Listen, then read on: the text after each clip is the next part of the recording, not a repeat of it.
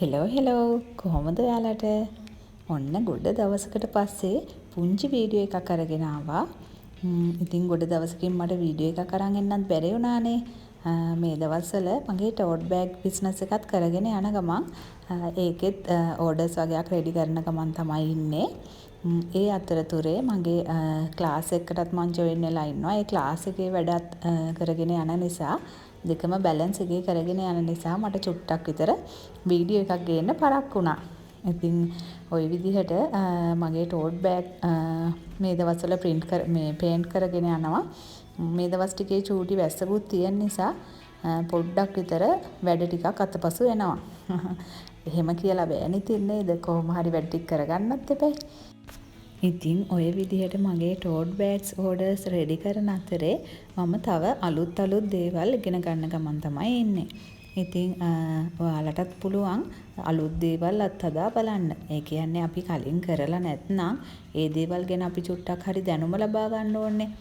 ඉතින් ඒ දේවල් ගැන පොඩ්ඩක් ඉගෙනගෙන ඒකත් try කරලා බැලුවොත් අපිට තව ටිකක් ඉස්සරහට යන්න පුළුවන්. ඒක නිසා මමත් මේ දවස්වල ක්ලාස් එකකට ජොයින් වෙලා ඉන්නවා.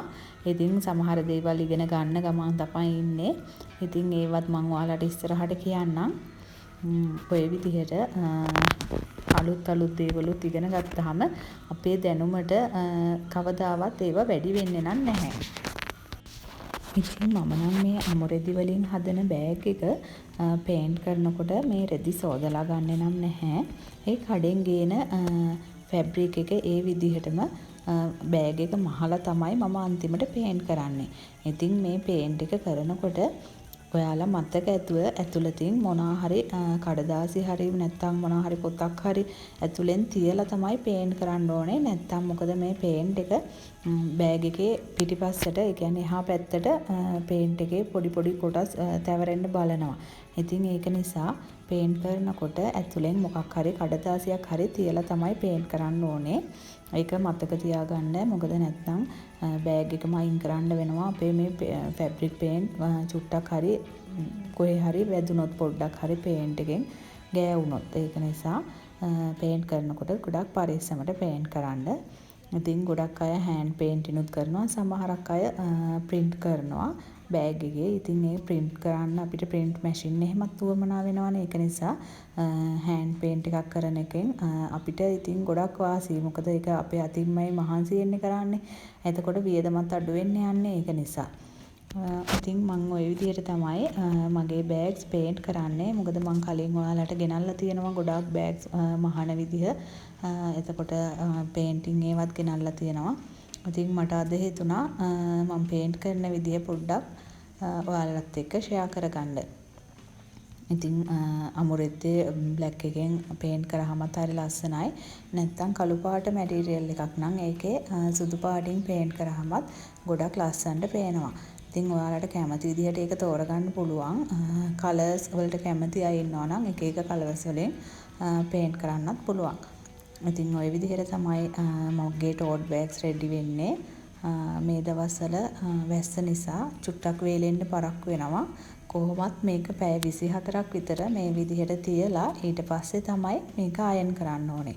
අයන් කරාට පස්සේ තමයි හොඳටම මේ පේන්ට් එක අල්ලන්නේ බෑග් එකට.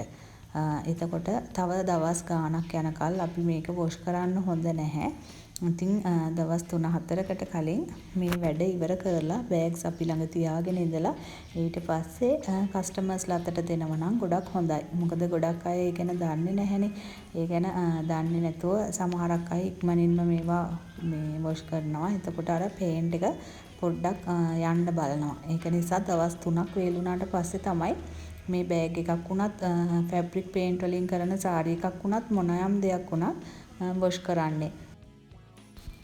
ඉතින් ඔයාලටත් පුළුවන් මේ වගේ ලස්සන ටෝට් බෑග් එකක් මිලදී ගන්න. පල්ලෙහා දාලා තියෙන WhatsApp නම්බර් එකට මැසේජ් එකක් දාලා ඕඩර් එකක් ප්ලේස් කරන්න. ඉතින් මේකේ සුදු පාටයයි කළු පාටිනුයි පාට දෙකෙන්ම ගන්න පුළුවන්. ඔයාලට ඕනිම ඒ කියන්නේ මොනවා හරි ඔයාලා කැමති විදිහේ පේන්ට් එකක් කරගන්නත් පුළුවන්. ඔයාලට ඕන විදිහට ඒ වගේම මේක 14 16 සයිස් එකෙන් එන්නේ. ඉතින් මේ සයිස් එකට වඩා ලොකුවට ඕනේ නම් large XL ඒ වගේ සයිසස් වලිනුත් කරලා දෙනවා. ඉතින් ඔයාලට ඕනේ සයිස් එකයි කරන්න ඕනේ පේන්ට් එකයි මොකක්ද කියලා කිව්වොත් ඔයාලා කැමති විදිහට ටෝට් බෑග් එක ඔයාලගේ කැමති ආසාව පරිදි මම මේ විදිහටම හදලා දෙනවා. ඉතින් ඔයාලටත් පුළුවන් ඕඩර් එකක් දාන්න. එහෙනම් මම ගිහින් එන්නම්. ආයෙත් අලුත් වීඩියෝ එකකින් ආයෙත් හම්බ වෙනකම් ඔයාලා හැමෝටම බයි බයි.